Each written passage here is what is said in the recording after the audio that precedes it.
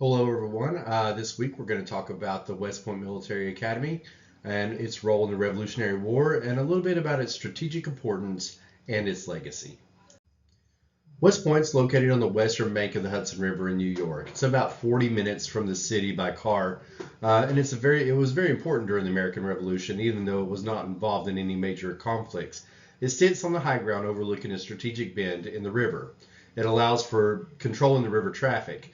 The Continental Army, under the command of George Washington, recognized West Point's value as a key defensive position to prevent the British from cutting off New England from the rest of the colonies. In 1778, West Point became home to the Hudson River chain, and I'll have photos of that later, but you can see it in the photo on the left-hand side with the yellow circle around it. It was a massive chain with iron links designed to block British ships from navigating the river. Commanders like Benedict Arnold, before his infamous betrayal, and fortifications overseer Thaddeus Kazuko played significant roles in securing this location. Several critical events did occur during the American Revolution at West Point. One of the more significant was Benedict Arnold's attempted betrayal in 1780. Arnold, who then commanded the fort, conspired to hand it over to the British, a plan that would have devastated the American war effort, if not just the morale in general. His plot was foiled when British Major John Andre was captured with incriminating documents in his boot. And that was in Tarrytown, which is probably about 30 minutes from West Point, and it's right beside of Sleepy Hollow, which you probably recognize from the famous story about the Headless Horseman. Additionally, West Point's fortifications were constantly improved to defend against the potential British attacks. Though no large-scale battles had occurred here, the site remained under American control throughout the war, and it acted as a major deterrent to British advances in the region. And if Howe had followed his orders and went north up the Hudson River, it would have played a much larger role, and we would have probably got to see the Hudson chain used. Historians do have different takes on how important West Point really was during the Revolutionary War. Some, like Edward Lengel in General George Washington and Military Life, say it was important because controlling the Hudson River meant controlling a key supply route. Dave Palmer in The River and the Rock agrees, that emphasizing that the British had taken West Point, they could have split the colonies in two. And at that time, the colonies were more populated up north. And that would have been a disaster for the American cause. On the other hand, some historians think that West Point's role wasn't as critical to the war's outcome. David Hackett Fischer in Washington Crossings points out that no major battles were fought here, which is a fair point. So while West Point was symbolically important, it really didn't decide the war.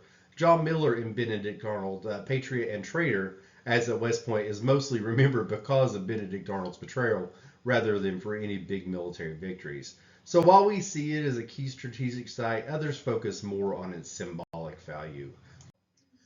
Before I start with my spill on this, I want to take a minute to look at the pictures. You can see down on the left the cadets that are marching, and you see the new chapel, which is a large chapel. It's the Protestant chapel, and the smaller cadet chapel, which was built around the time of its founding in 1802. And then you see the old Revolutionary War fort, which has got the pointed shapes. And then we have the museum right up above that. And then we have the Hudson chain in the bottom right-hand corner. But since the Revolution, West Point's been preserved and transformed into the United States Military Academy. I'm sure a lot of you guys are familiar with that. The fortifications have been maintained as historical sites, and the Hudson River chain is still commemorated. The Academy grounds today house monuments and museums that preserve its Revolutionary War legacy.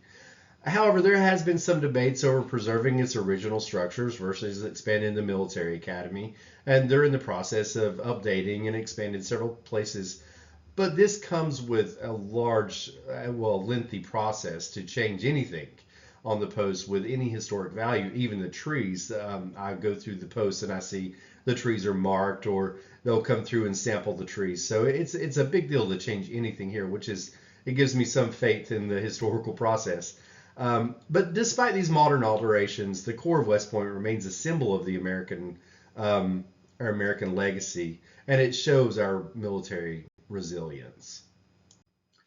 Well, thanks for joining me for my video this week. To wrap it up, I think West Point was a key player during the American Revolution, strategically and symbolically. Historians may argue about how much they directly impacted the war, but there's no denying that the fortifications on the Hudson River chain played a big role in keeping the British at bay. Today, West Point stands as a lasting symbol of America's strength and resilience, not just as a military academy, but also as a preserved historical site. If you guys are interested in more about West Point, I live up here. I'm more than willing to share anything I know about the place. It's really awesome. If you get a chance to visit, come on up. And I hope to see you guys around, and I'll see you on the forum. Have a good week.